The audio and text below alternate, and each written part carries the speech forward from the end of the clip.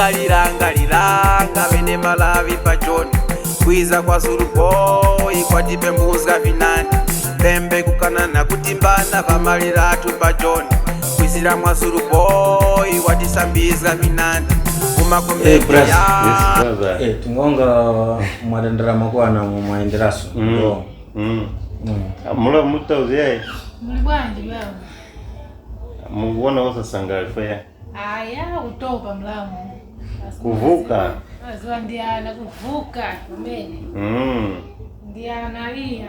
nichita haikuka muli bwanji ndaona kusewera wewe ndikupulira kuna bulino naye ali bwino blood ndanguvukita nibwa mchezo namnane na udai mbele wenyumba nafika hivi ene na ushimane brazil na ushimane makora ngani yake nja kusoka kwenye kusoka yote tuone na mwiwe anakazwani hawa kangati mbanja muno tisizi kangati pali suzu so ndakuti apa ngoyosikana nawo ngani tunyaki tukanga kumulangiza kuti panga chakuti mboza msanga kuti myani tundutuya wakututola ngao tupako wakulika mbo kupalika ngabali wake kuno wakulika kunipangira chini chakuti kali kosi mbweni msasa ngati so ni mtondekanga kumpalira nyengo zinanti bantu baleke mba kunipalira kama mwana wani mukhane mbunu nko mukhane mbunu kwati kuno kunipalira ngamwa kuti mutsono ta bayaki wase isi wasindengi muona kana kanga dodoka mbo kwa pali ndile juziza bata isikana suka khani kanyaki unakusomboka pali so ni muti kalire ngenena mbanja mulu kalire kile ngenena watubweka nukadoka katayamana ngadoka mbo wapalira babapi wake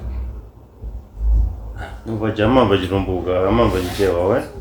mulamu one zona kodi mulamu ndikufuseni chenisa shumani ndinangose abanja hili ndaboza uyu ndangoswesha uyu ni mkuru wani oti ndio oti ni mgomesika kuno oti wanganisa mizika zeru digana uyu ndi mwamuna wane msamamuloze ndizala nyonji ndikusonyeza kuti nkhani yonse imene akuyankhula apo ndiyoona sindikuwaloza digiranikai ndikuyankhula ndineyo ino wandiyitana ndasiya ntchito zanga ndasiya chimene ndimapanga ifoti ndizanthu kuti chifukwa chani ndikuyamba kuti andiyitane wewe uyu ndi mwamuna wanu munakwatirana mukukana kapena angopeka mutu ndikulongosola akanandifusa kai ineyo kuti kubwera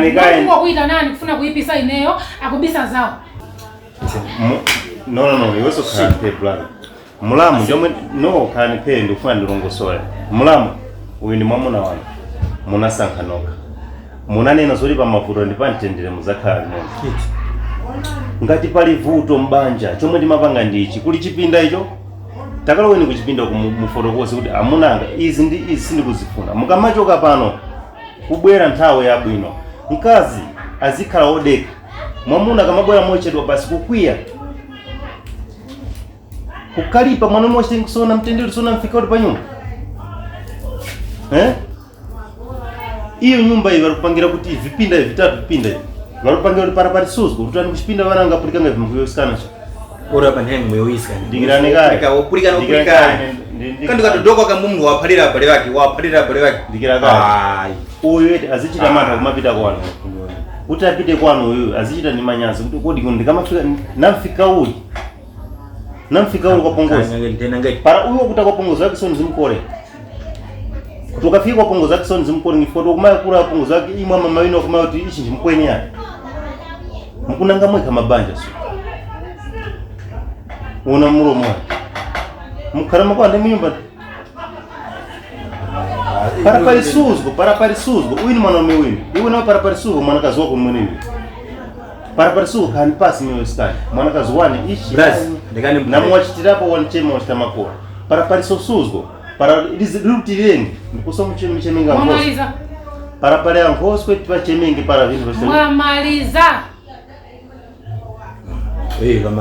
vamaliza so mukuti muvamaliza mukandita nemazira uko vazandangiza ona nemune